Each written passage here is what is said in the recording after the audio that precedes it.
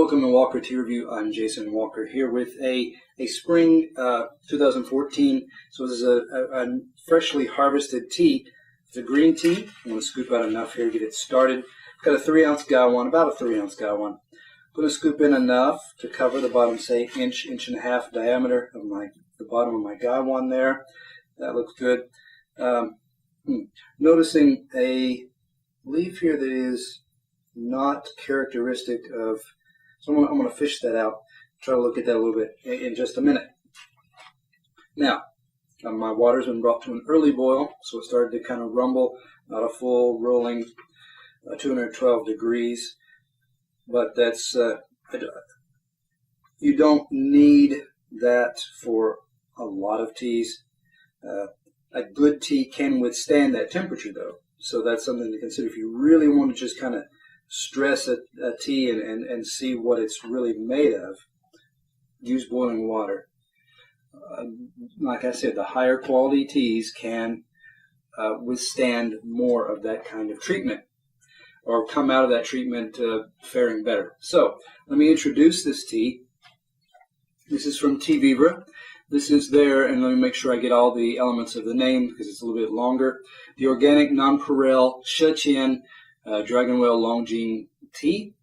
You can get, I didn't see a sample size listed. Teavivre often provides samples, but this one, the smallest size I saw listed, currently 50 grams, $34. Information about this tea provided on the product page. Teavivre Qian, which is some 80-something kilometers outside of Hangzhou. It's a little bit further out from the more traditional Dragon Well areas. This is in Lin'an County of Hangzhou. Let's see. Harvest time, Qian. You may have heard more about Qian. So this is the period before Qian. This particular tea is listed as described as harvested on March 23rd, 2014, and the product page goes on to explain that a lot of the Qian teas start around the 26th and can go on. Of course, the Qingming Festival, April 5th or thereabout, give or take a day, but usually on the solar calendar, April 5th. So, having said that, talk now about the dry leaf, the wet leaf, and the liquor of this particular tea. Okay, starting off here with the dry leaf, give it a smell. Nice sweet green aromas here. So I'm talking about some kind of a spinachy type note, a sweet pea flower type. So it's a nice kind of a sweet green fragrance, cream spinach even, which is quite unusual.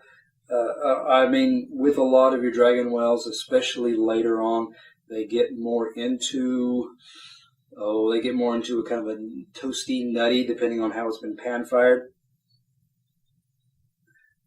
You might detect a little bit of a sweet boiled corn smell in there as well. But looking at these leaves, they're fairly bright in green color.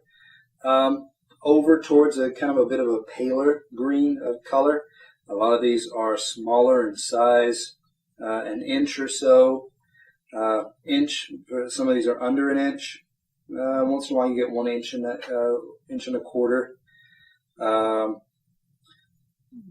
Pretty deep. You get again a range of the deep green, bright greens over towards that paler, lighter green, indicating that these, size and the color indicate these are, younger, more tender elements here.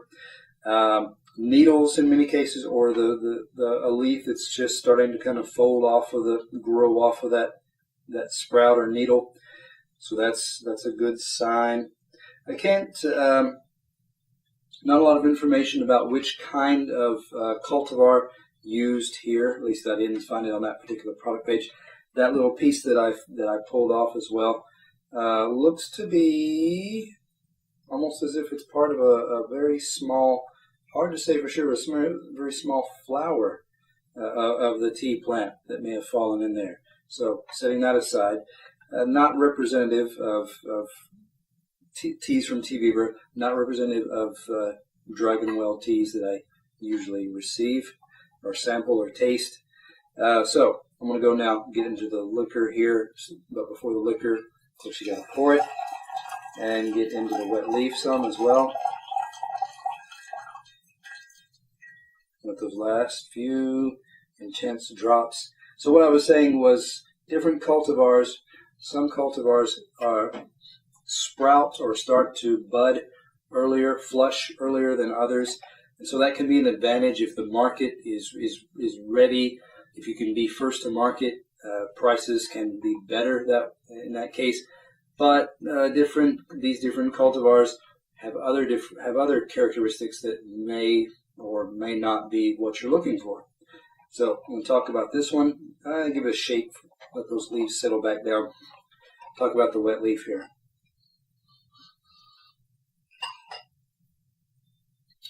As this tea is still quite warm, first things that hit me was more of a beany note, a beany type of note that I often find with teas that have been pan-fired.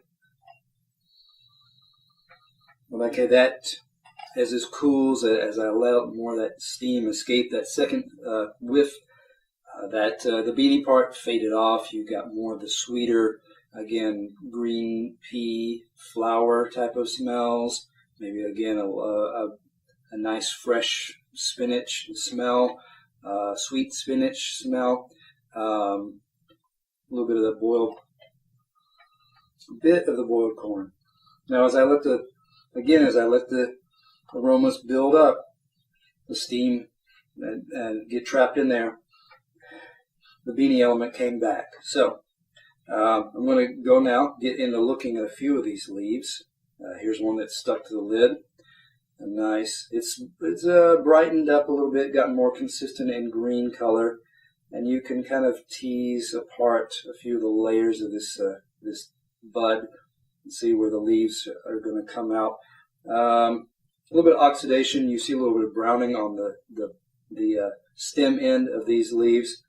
The leaves themselves, no, don't see a lot of oxidation or browning.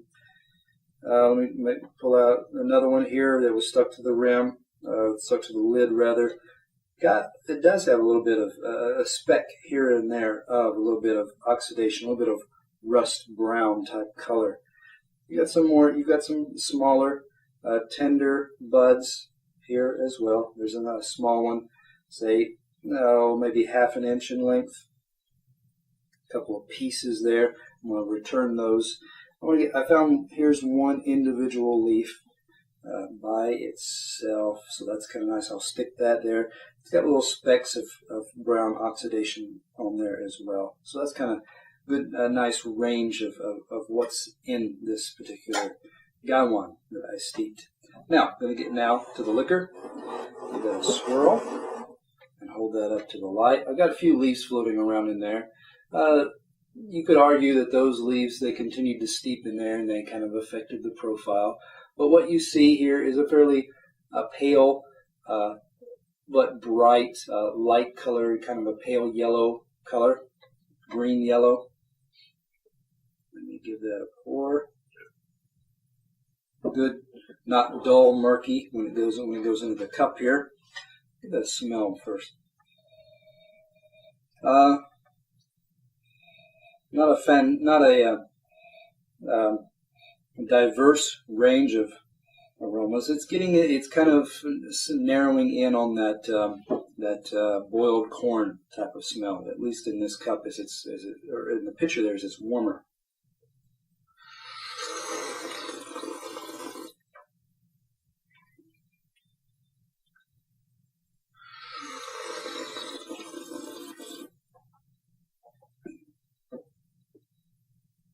Things you're going to note if you've tasted Dragon Well, whether you've tasted Dragon Well or not, things to keep in mind.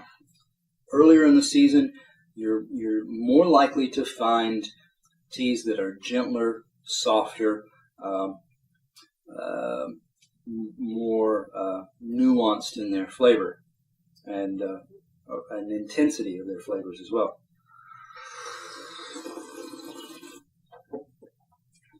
This one, for example, Again, quite gentle. It's got a more in the aftertaste. I'm getting it a little bit more now. It's got a bit of the green bean. It's got a bit of a kind of a lightly freshly cooked, almost kind of crispy, toasty on the top, freshly cooked rice with that kind of crispy element on the surface of the rice. There's a bit of that. Mouthfeel, the texture, it does have a bit, it's got a very, very soft kind of astringency that gives it a bit of a light, brothy feel. This, compared to some teas that come on later in the season, you'll get more toasty rice kind of elements. You'll get a bit thicker, richer on the broth.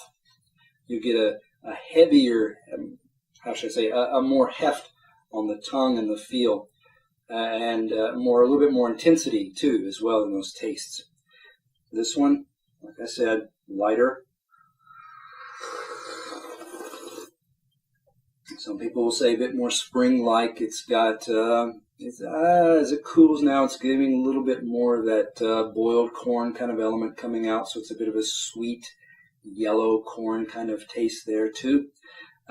Looking at this tea, this is the kind of tea that may stand out to you as one that that just exudes the spring characteristic more than others.